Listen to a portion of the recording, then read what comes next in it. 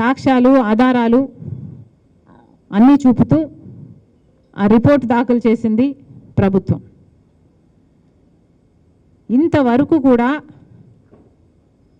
న్యాయం జరగలేదు అంటే దానికి కారణం అవినాష్ రెడ్డి స్వేచ్ఛగా తిరుగుతున్నాడు కాబట్టి.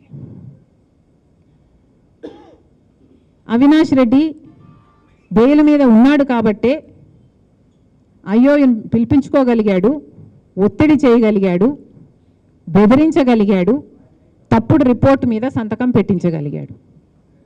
ఇవన్నీ సాధ్యమయ్యాయి అంటే ఎలా సాధ్యమయ్యాయి? సిబిఐ ఛార్జ్ షీట్లో అక్యూజ్డ్గా చేర్చిన వ్యక్తి కూడా బయట యథేచ్ఛగా తిరుగుతూ ఆఖరికి అయ్యోను కూడా తన ఇంటికి పిలిపించుకొని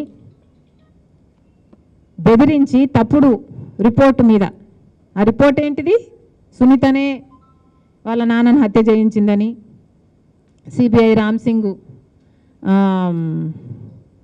ఏదో ఒత్తిడి చేశాడో ఏదో సంథింగ్ అని, అలాంటి తప్పుడు రిపోర్టు మీద అవినాష్ ఇన్వెస్టిగేటింగ్ ఆఫీసర్ చేతనే సంతకం పెట్టించాడట. ఇలాంటి వాళ్ళు నిజంగానే సమాజం ఆలోచన చేయాలి.